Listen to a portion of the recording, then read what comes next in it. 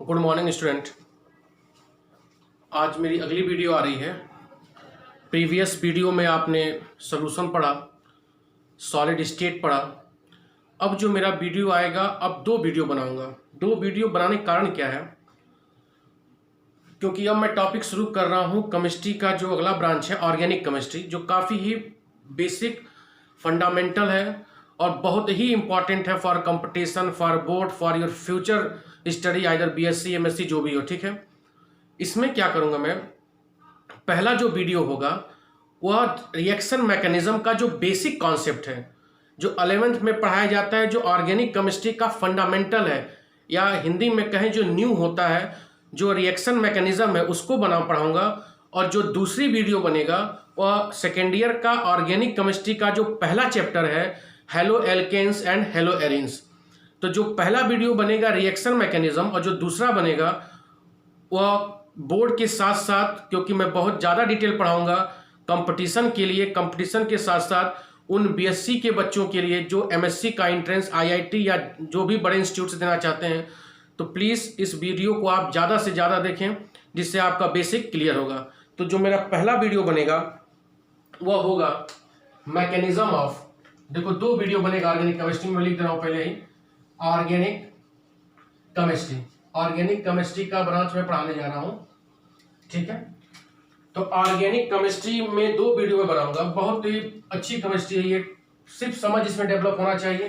पहला क्या होगा, mechanism, mechanism of organic reaction, organic reaction, mechanism of organic reaction, ये फर्स्ट वीडियो बनेगा। ठीक है, ये तो भी चलेगा साथ साथ। और जो दूसरा वीडियो बनेगा वह होगा haloalkanes and haloarenes. ठीक है, हेलो एरिन्स, तो यह भी साथ साथ होगा, दूसरा वीडियो ये भी। तो आप दोनों वीडियो जब देखेंगे तभी आपको यह चैप्टर बढ़िया से क्लियर हो पाएगा। ठीक है, तो जो पहला वीडियो मेरा बनेगा वह है मैकेनिज्म ऑफ ऑर्गेनिक रिएक्शन। ठीक है, मैं इसको उठा रहा हूं।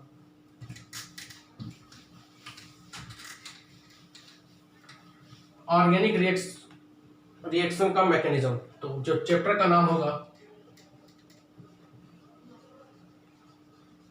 Mechanism of organic reactions. ठीक है बेटा, ये फंडामेंटल ऑर्गेनिक केमिस्ट्री है। अगर यह आप समझ लिए, अगर आप यह समझ लिए, तो केमिस्ट्री में ऑर्गेनिक का ऐसा कोई भी रिएक्शन हो उसको आपको रटने की आवश्यकता नहीं पड़ेगी। जो कहते हैं रट लेना, एकदम गलत है। अगर आप मैकेनिज्म सही से समझ लोगे तो आप सारे रिएक्शन को आसानी से प्रेडिक्ट कर सकते हो, मतलब कर सकते हो। क्लियर हो गया?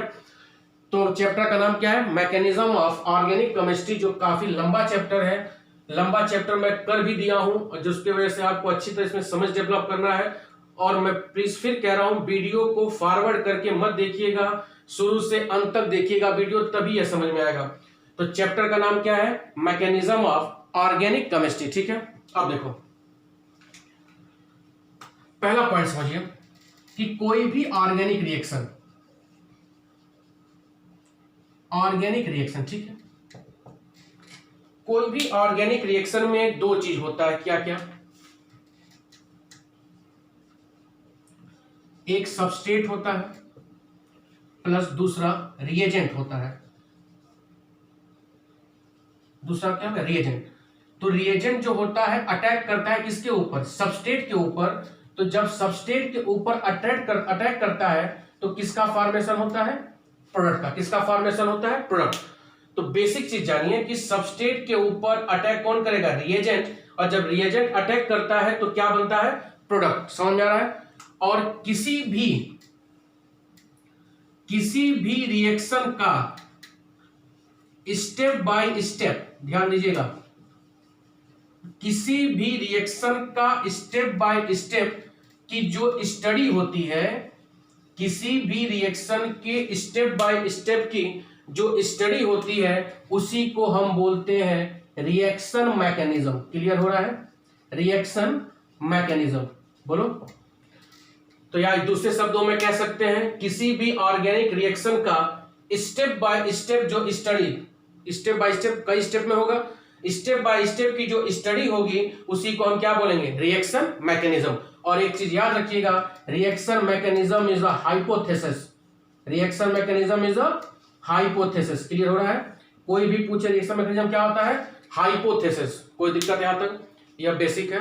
तो जो चीज मैंने बताया कि substrate plus reagent is equal to product, और किसी भी रिएक्शन का स्टेप बाय स्टेप की जो स्टडी हम करते हैं उसी को हम क्या बोलते हैं, reaction mechanism. Is it clear?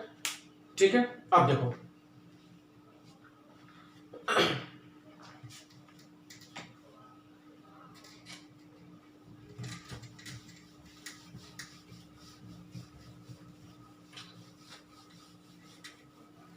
ठीक है, ध्यान दो। कोई भी मैकेनिज्म, किसी भी reaction, organic reaction mechanism, organic reaction का जो मैकेनिज्म होगा, ऑर्गेनिक रिएक्शन का जो मैकेनिज्म होगा वह 3 फंडामेंटल कॉन्सेप्ट पर डिपेंड है। किसके ऊपर डिपेंड है? 3 फंडामेंटल कॉन्सेप्ट। मैं फिर बता रहा हूं, ऑर्गेनिक, किसी भी ऑर्गेनिक रिएक्शन का जो भी मैकेनिज्म होगा वह 3 फंडामेंटल कॉन्सेप्ट पर डिपेंड कर रहा है, और वह 3 फंडामेंटल कॉन्सेप्ट है, बता रहा हूं। फंडामेंटल कॉन्सेप्ट क्या क्या है, और सब मैं डिटेल पूरा पढ़ाऊंगा। पहला है electron displacement, electron displacement, electron का डिस्प्लेसमेंट होना, ठीक है। दूसरा है क्लीवेज और fission, fission of bond. Cleavage या फिजन मतलब होता है टूटना, ब्रेक होना, इसको क्या बोलेंगे, ब्रेकिंग ऑफ बॉन्ड। इसको और क्या बोल सकते हैं, breaking of bond, breaking of bond. Clear हो रहा है एकदम, ब्रेकिंग ऑफ बॉन्ड। और तीसरा है nature of attacking reagent, nature of attacking reagent. ये क्लियर हो रहा है? तो 3 फंडामेंटल कॉन्सेप्ट है जिसके ऊपर ऑर्गेनिक केमिस्ट्री का रिएक्शन डिपेंड है। वह 3 फंडामेंटल कॉन्सेप्ट कौन कौन से हैं? तो पहला बेटा आपको याद रहेगा, कौन सा बोलो, इलेक्ट्रॉन डिस्प्लेसमेंट, मॉलिक्यूल में इलेक्ट्रॉन का डिस्प्लेसमेंट। दूसरा क्या है, सब मैं क्लियर करूंगा, घबराइए मत। दूसरा क्या है, क्लीवेज और फिजन ऑफ बॉन्ड या ब्रेकिंग ऑफ बॉन्ड, बॉन्ड का टूटना। तीसरा क्या है, nature of attacking reagent. Nature of attacking reagent मतलब आप लोग पढ़े भी होंगे, या जो नहीं पढ़े हैं नाम सुने होंगे, इलेक्ट्रोफाइल और न्यूक्लियोफाइल। ठीक है, मैं पहचानना सब बताऊंगा, इलेक्ट्रोफाइल और न्यूक्लियोफाइल।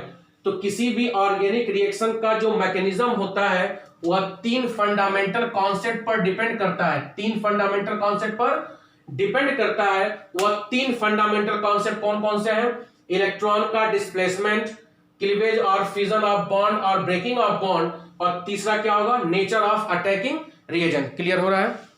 ठीक है, अब हम जो पढ़ेंगे, पहला फंडामेंटल कॉन्सेप्ट पढ़ेंगे क्या, इलेक्ट्रॉन का डिस्प्लेसमेंट। ठीक है, ध्यान दीजिएगा, इलेक्ट्रॉन का डिस्प्लेसमेंट मैं मिटा रहा हूं।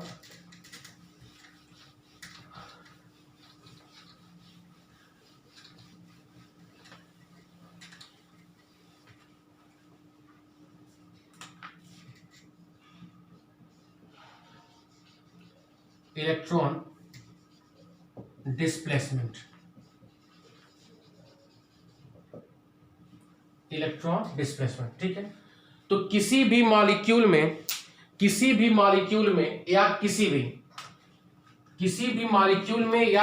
भी कोवैलेंट बॉन्ड, ध्यान दीजिएगा, एक चीज याद रखना कि जितने भी ऑर्गेनिक मॉलिक्यूल्स होते हैं, generally maximum organic molecules generally क्या होते हैं, कोवैलेंट इन नेचर। क्या होते हैं, कोवैलेंट इन नेचर।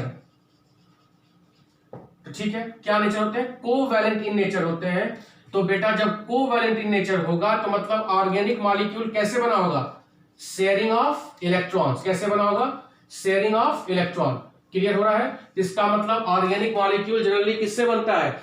दो आइटम्स, चाहे वह सेम हो चाहे डिफरेंट हो, उनके बीच इलेक्ट्रॉनों का साझा होता है। तो जब इलेक्ट्रॉनों का साझा होता है तो क्या बनता है? Organic molecule. तो हम क्या कह सकते हैं? Electron displacement in covalent bond बोल सकते हैं।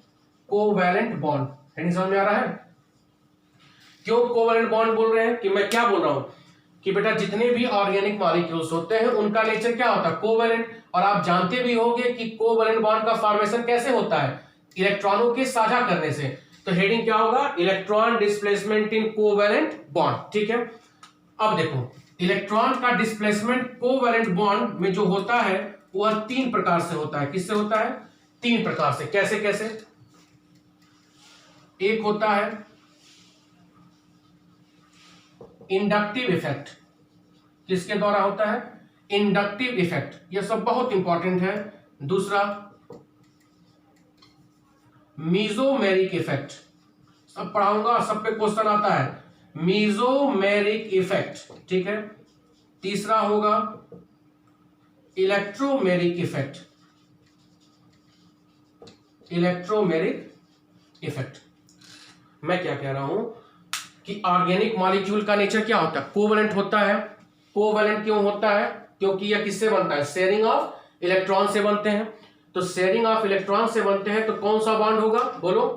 Covalent bond. कौन सा बॉन्ड होगा? कोवैलेंट बॉन्ड होगा। तो हम क्या कह सकते हैं कि electron displacement in covalent bond. तो इलेक्ट्रॉन का डिस्प्लेसमेंट कोवैलेंट बॉन्ड में 3 प्रकार से होता है। पहला क्या है? Inductive effect. क्या है? Inductive effect. दूसरा क्या है? Mesomeric effect. तीसरा क्या है? Electromeric effect. क्लियर हो रहा है? तो अब पहला हम पढ़ेंगे इंडक्टिव इफेक्ट। पहला क्या पढ़ेंगे? Inductive effect. ठीक है, मिटा रहा हूं मैं। समझ में आ रहा है?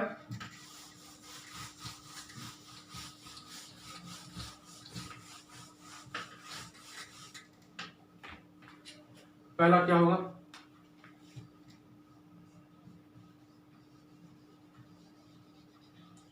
Inductive effect.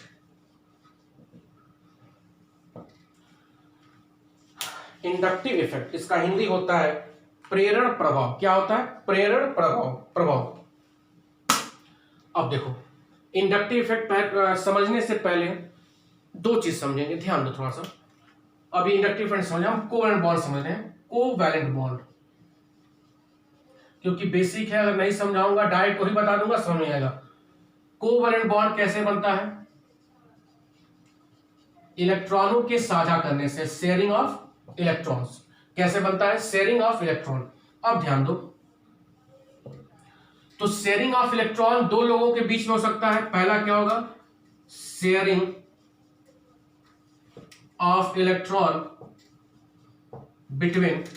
Sharing of electron takes place between same atom. किसके किसके बीच में? Between same atom. दूसरा होगा sharing of electron takes place between, ये फर्स्ट ईयर में सब आप लोग पढ़े होंगे, डिफरेंट एटम। लेकिन जो भी बच्चे फर्स्ट ईयर में पढ़े, मैं यहाँ बता दे रहा हूं कि कोवैलेंट बॉन्ड कैसे बनता है? Sharing of electron. Sharing of electron होने की 2 कंडीशन है। या तो शेयरिंग ऑफ इलेक्ट्रॉन क्या हो? सेम एटम्स के बीच में हो। दूसरा शेयरिंग ऑफ इलेक्ट्रॉन कहां हो? डिफरेंट एटम्स के बीच हो। ठीक है, जैसे मान लो एग्जांपल लेते हैं, Cl, एक इलेक्ट्रॉन या एक इलेक्ट्रॉन, इनके बीच में साझा हुआ। साझा होने के बाद Cl 2 साझा इलेक्ट्रॉन बीच में रहेगा। क्यों बीच में रहेगा? क्योंकि दोनों क्या है? सेम इलेक्ट्रोनेगेटिव एटम है। तो जब सेम इलेक्ट्रोनेगेटिव एटम के बीच में बॉन्ड बनेगा तो साझा इलेक्ट्रॉन इन दोनों के बीच में होगा। क्योंकि दोनों की ताकत क्या है? समान है। क्लियर हो रहा है? और अगर एग्जांपल देखो, शेयरिंग ऑफ इलेक्ट्रॉन हाइड्रोजन और किसके बीच में हो रहा है? क्लोरीन। ये देखो, एक इलेक्ट्रॉन हाइड्रोजन का, एक इलेक्ट्रॉन किसका? क्लोरीन का। तो यह HCl होगा। साझा इलेक्ट्रॉन कहां पे होगा? बीच में होगा। लेकिन कुछ देर के बाद जो ज्यादा इलेक्ट्रोनेगेटिव होगा वह इलेक्ट्रॉन को क्या करेगा? अपनी तरफ शिफ्ट कर लेगा। जिसकी वजह से इस मॉलिक्यूल पर पार्शियल नेगेटिव और पार्शियल क्या आ जाएगा, पॉजिटिव चार्ज। अब देखो, तो जो साझा इलेक्ट्रॉन सेंटर में था, क्लोरीन के मोर इलेक्ट्रोनेगेटिव हो जाने की वजह से, जो साझा इलेक्ट्रॉन यह सेंटर में था, क्लोरीन के मोर इलेक्ट्रोनेगेटिव हो जाने की वजह से यह साझा इलेक्ट्रॉन डिस्प्लेस हो गया। देखो यहां से कहां आ गया, इसकी तरफ आ गया, डिस्प्लेस हो गया। इसी को बोलते हैं electron displacement in covalent bond या कोवैलेंट मॉलिक्यूल। क्लियर हो रहा है? तो इलेक्ट्रॉन डिस्प्लेसमेंट तभी पॉसिबल होगा जब इलेक्ट्रॉनों का साझा किनके बीच में होगा, डिफरेंट एटम्स। इलेक्ट्रॉन डिस्प्लेसमेंट कभी भी सेम एटम्स के बीच में नहीं पॉसिबल है, हमेशा किसके बीच में पॉसिबल है, डिफरेंट एटम्स के बीच में। क्लियर हो रहा है? ये बताना था। अब हम बात करते हैं इंडक्टिव इफेक्ट। किसकी बात करते हैं, ये क्लियर हुआ, नोट कर लीजिएगा। इंडक्टिव इफेक्ट, कोई दिक्कत, मिटा रहा हूं मैं।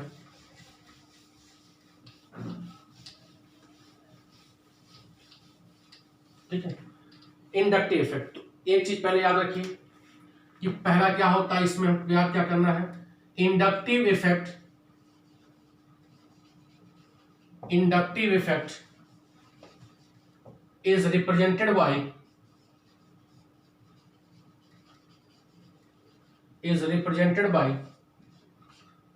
Capital I.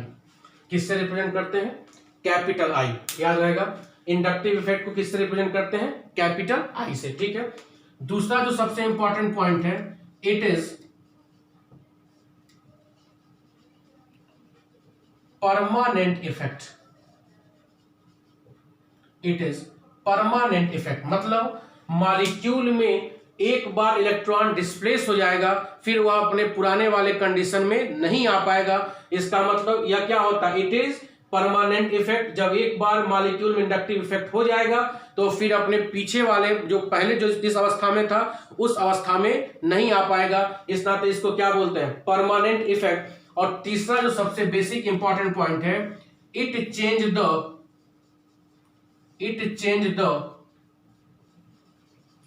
फिजिकल, मार्कर नहीं चल रहा है, it change the physical property of molecule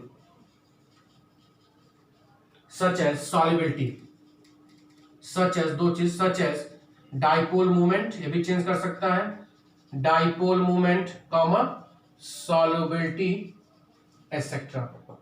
तो ऑब्जेक्टिव क्वेश्चन बन सकता है कि इंडक्टिव इफेक्ट क्या चेंज कर सकता है मॉलिक्यूल का, फिजिकल प्रॉपर्टी। तो बहुत से फिजिकल प्रॉपर्टी होंगे, जैसे दो एग्जांपल मैं दे रहा हूं, क्या क्या, dipole moment and second one is solubility etcetera. ठीक है, तो 3 पॉइंट आपको याद रखना होगा कि इंडक्टिव इफेक्ट को हम किससे रिप्रेजेंट करते हैं, कैपिटल आई से।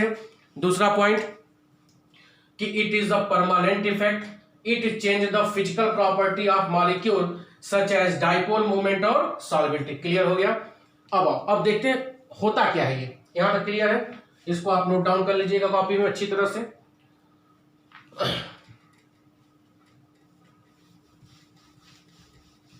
वीडियो को पॉज कर लिया करिए, पॉज करने के बाद सही से नोट्स बनाया करिए। और जो आप नोट्स बनाएंगे, देखो बेटा समस्या क्या होती है, बुक में सब कुछ लिखा है, टीचर सब कुछ पढ़ाएगा, आप टीचर के कॉन्सेप्ट को समझिए, टीचर का भी नोट समझिए, और टीचर के कॉन्सेप्ट और नोट्स को पढ़िए और सोचिए, और अपना एक अलग नोट्स देंगे जो अपना आप नोट्स बनाएंगे और थोड़ा बुक की भी सहायता लेंगे, तो आपका जो नोट्स होगा वह जीवन भर नहीं भूलेगा। बात समझ में आ रही है? अब ध्यान दो, इंडक्टिव इफेक्ट होता क्या है समझो। जैसे मान लो यह कार्बन की चेन है 3, ठीक है, यह हो गया पेरेंट चेन, इसको क्या बोलेंगे, पेरेंट चेन। ठीक है, और इसके साथ कोई ग्रुप जुड़ गया Z, इसको बोलेंगे सब्स्टिट्यूएंट। क्या बोलेंगे, सब्स्टिट्यूएंट। ठीक है, अब क्या हो रहा है, किसी कार्बन के साथ कोई ऐसा ग्रुप जुड़ जा रहा है, इस ग्रुप की टेंडेंसी क्या होगी, या तो यह इलेक्ट्रॉन अपनी तरफ क्या करेगा, अट्रैक्ट करेगा। तो इलेक्ट्रॉन अट्रैक्ट करने की वजह से क्या होगा, इस सब्स्टिट्यूएंट के ऊपर पार्शियल नेगेटिव चार्ज और इसके ऊपर पार्शियल पॉजिटिव चार्ज, इसके ऊपर डबल पार्शियल, इसके ऊपर ट्रिपल पार्शियल। क्यों पार्शियल, मतलब कम, यहां पर कम होगा, यहां और कम होगा, यहां और कम होगा। क्यों, क्योंकि इससे डिस्टेंस क्या हो रहा है, बढ़ता जा रहा है। तो जब किसी कार्बन के पेरेंट चेन से कोई ऐसा ग्रुप जुड़ जाता है उसके पास दो टेंडेंसी हो, पहला टेंडेंसी ये था, दूसरा टेंडेंसी क्या था, सी सी सी और वाई में जोड़ा, ठीक है। ये क्या हो गया, पेरेंट चेन, ये क्या हो गया, पेरेंट चेन, इसको हम क्या बोल रहे हैं, सब्स्टिट्यूएंट, इसको हम क्या बोल रहे हैं, सब्स्टिट्यूएंट। और इस Y की टेंडेंसी क्या है कि यह इलेक्ट्रॉन डोनेट कर रहा है, ये इलेक्ट्रॉन क्या कर रहा है, डोनेट कर रहा है, तो इसके ऊपर क्या आ जाएगा, पार्शियल पॉजिटिव, इसके ऊपर पार्शियल नेगेटिव, इसके ऊपर डबल पार्शियल नेगेटिव, इसके ऊपर ट्रिपल पार्शियल नेगेटिव। कहने का मतलब क्या है कि जब किसी पेरेंट या किसी भी कार्बन चेन से कोई ऐसा ग्रुप जुड़ जाए जिसके पास टेंडेंसी क्या हो, या तो इलेक्ट्रॉन अपनी तरफ अट्रैक्ट करे या तो इलेक्ट्रॉन अपने से दूर करे। देखो जेड के पास क्या टेंडेंसी है, इलेक्ट्रॉन की तरफ क्या कर रहा है, पुल कर रहा है, खींच रहा है, तो जिसकी वजह से पेरेंट चेन पे पॉजिटिव चार्ज डेवलप हो रहा है और सब्स्टिट्यूएंट पे क्या हो रहा है, नेगेटिव चार्ज। और दूसरा कंडीशन क्या है कि पेरेंट चेन से कोई ऐसा सब्स्टिट्यूएंट जुड़ा है जिसके पास इलेक्ट्रॉन देने की टेंडेंसी है, तो जब इलेक्ट्रॉन देगा तो सब्स्टिट्यूएंट के ऊपर पॉजिटिव चार्ज अपना दे रहा है, इलेक्ट्रॉन कम होगा ना, इलेक्ट्रॉन कम होगा तो पॉजिटिव चार्ज होगा, इनके ऊपर क्या होगा, नेगेटिव चार्ज। इसी को हम क्या बोलते हैं, इंडक्टिव इफेक्ट। क्लियर हो रहा है।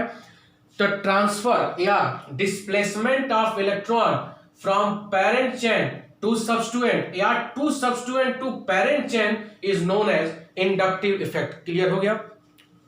बोलो इंडक्टिव इफेक्ट में क्या बोल रहा हूं कि जब किसी पेरेंट चेन, कोई भी कार्बन की चेन होगी, एक कार्बन का हो, दो कार्बन का हो, तीन कार्बन का हो, डजंट मैटर, जब किसी कार्बन की चेन या कार्बन से कोई ऐसा ग्रुप जुड़ जाता है जिसके पास यह टेंडेंसी होती है कि इलेक्ट्रॉन को अपनी तरफ खींच ले या अपनी तरफ से इलेक्ट्रॉन दे दे, तो जब इलेक्ट्रॉन अपनी तरफ पुल या खींचेगा तो उसके ऊपर नेगेटिव चार्ज होगा और कार्बन के ऊपर पॉजिटिव चार्ज। और ऐसा कोई ग्रुप जुड़ जाए कि जो इलेक्ट्रॉन डोनेट करें, तो जब डोनेट करेगा तो इसके ऊपर पॉजिटिव चार्ज और कार्बन के ऊपर नेगेटिव चार्ज। इसी प्रोसेस को हम क्या बोलते हैं, इंडक्टिव इफेक्ट। क्लियर हो रहा है। इसी प्रोसेस क्या बोलते हैं, इंडक्टिव इफेक्ट। समझ में आ रहा है। तो किसी भी कार्बन में या कार्बन चेन में इलेक्ट्रॉन का डिस्प्लेसमेंट कहां से, कार्बन से सब्स्टिट्यूएंट ग्रुप या सब्स्टिट्यूएंट से कार्बन ग्रुप, इसी को हम क्या बोलते हैं, इंडक्टिव इफेक्ट। क्लियर हो रहा है। और यह एक परमानेंट इफेक्ट है।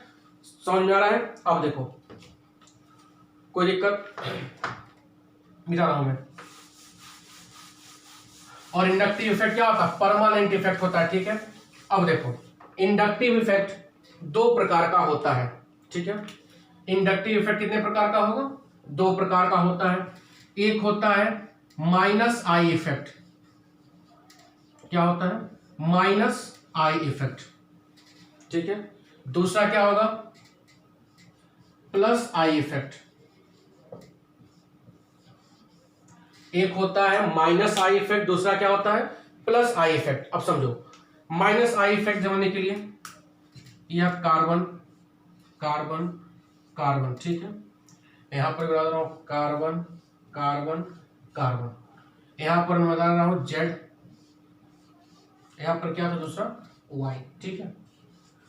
तो माइनस आई इफेक्ट उसको बोलते हैं जब किसी कार्बन या कार्बन के चेन, मैं दोनों बोल रहा हूं, जब किसी कार्बन या कार्बन के चेन से कोई ऐसा ग्रुप जुड़ जाए, कोई ऐसा ग्रुप जुड़ जाए जिसके पास इलेक्ट्रॉन लेने की क्षमता हो, इलेक्ट्रॉन विथड्रॉ, विथड्रॉ मतलब लेना निकालना, विथड्रॉ करने की क्षमता हो, इलेक्ट्रॉन की तरफ क्या करने की क्षमता हो, अट्रैक्ट करने की क्षमता हो, जिसकी वजह से उस ग्रुप पर क्या आ जाए, पार्शियल नेगेटिव चार्ज, और कार्बन पर क्या आ जाए, पार्शियल पॉजिटिव चार्ज। इसी प्रोसेस को हम क्या बोलते हैं, माइनस आई इफेक्ट। क्लियर हो रहा है। बोलो।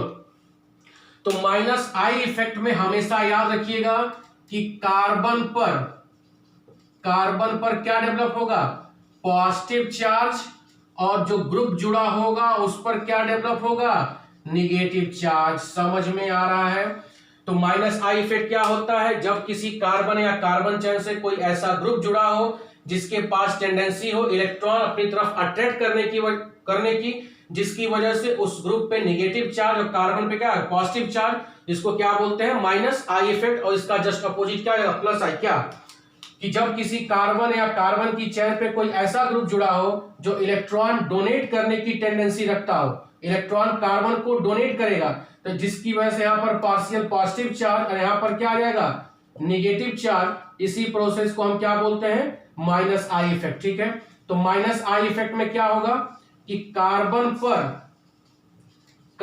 पर क्या डेवलप हो जाएगा नेगेटिव चार्ज और ग्रुप पर क्या डेवलप होगा पॉजिटिव चार्ज। समझ में आ रहा है? अब देखो तो कौन कौन से ग्रुप माइनस आई शो करते हैं, कौन कौन से ग्रुप प्लस आई शो करते हैं।